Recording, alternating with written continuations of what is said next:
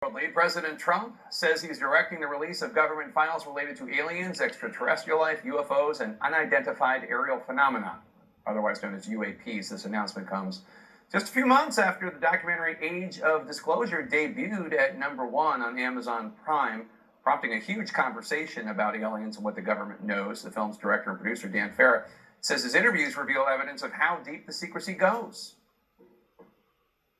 I was recruited to a highly sensitive government program that investigated unidentified aerial phenomena. For over 16 years, on behalf of the U.S. government, I worked as a senior intelligence official on the unidentified aerial phenomenon topic. We learned that the U.S. government was involved in a long-running secret war with other nations. Farah joins us now. Dan, welcome back to The Lead, and congratulations on all the conversation this has prompted. It's not difficult to think of that there's a line from your film to Brian Tyler Cohen asking Obama that question, which prompted Trump doing this. Why do you think President Trump wants to release the files? Look, I think that there's clearly a huge appetite to learn the truth about this topic. My film reveals there's been an 80-year cover-up of the existence of non-human intelligent life. And the truth has been hidden from the public, Congress, and even sitting presidents. So I think that the release of it opened everyone's eyes to the fact that the truth has been hidden, and President Trump is responding to the public demand. You explain this in the film, but why do you think it would be hidden from presidents? Obama even alluded to that, the idea that, he was kind of dismissing it, but the notion that there would be a conspiracy to hide this from the president. Your film, posits that it is hidden. Why? Well, look, it's broken down in detail in a number of the interviews, but even Secretary Rubio in the film talks about how it's the permanent bureaucracy that is able to keep these secrets. Presidents are there for 4 to 8 years. They come and go, but the permanent bureaucracy can stay there for decades. And that permanent bureaucracy within different elements of government has been able to keep this hidden for 80 years. What do you hope to see in the files when they're released? I think there's a lot that's going to be revealed. An important thing to remember is disclosure is going to be a process. It's not a singular event. It's going to have a lot of milestones and a lot of hurdles.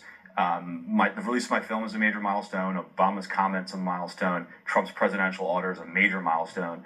There's going to be more milestones, and there's going to be pushback. The people inside of the U.S. government that have been involved in covering this up, they're going to continue to try to cover it up. There's going to be pushback to this historic disclosure moment.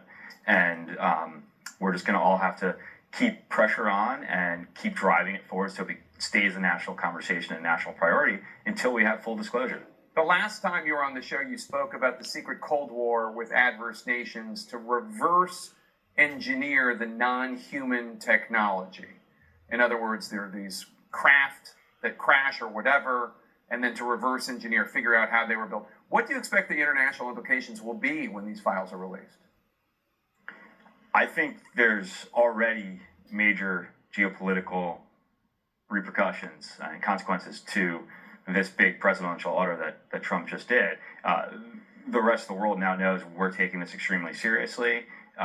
We're putting an end to the antiquated, illogical stigma that has existed around this topic in our society, and we're making it a national priority. That alone is an escalation of the situation. We'll now have more resources put towards this, more brainpower put towards this, and we'll be better positioned to win this high-stakes technology race we're in with adversaries.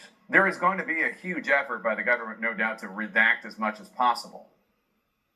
I'm sure there's going to be a lot of pushback. The people that have covered this up for 80 years have done it very effectively, and there's no reason to think that they're going to stop.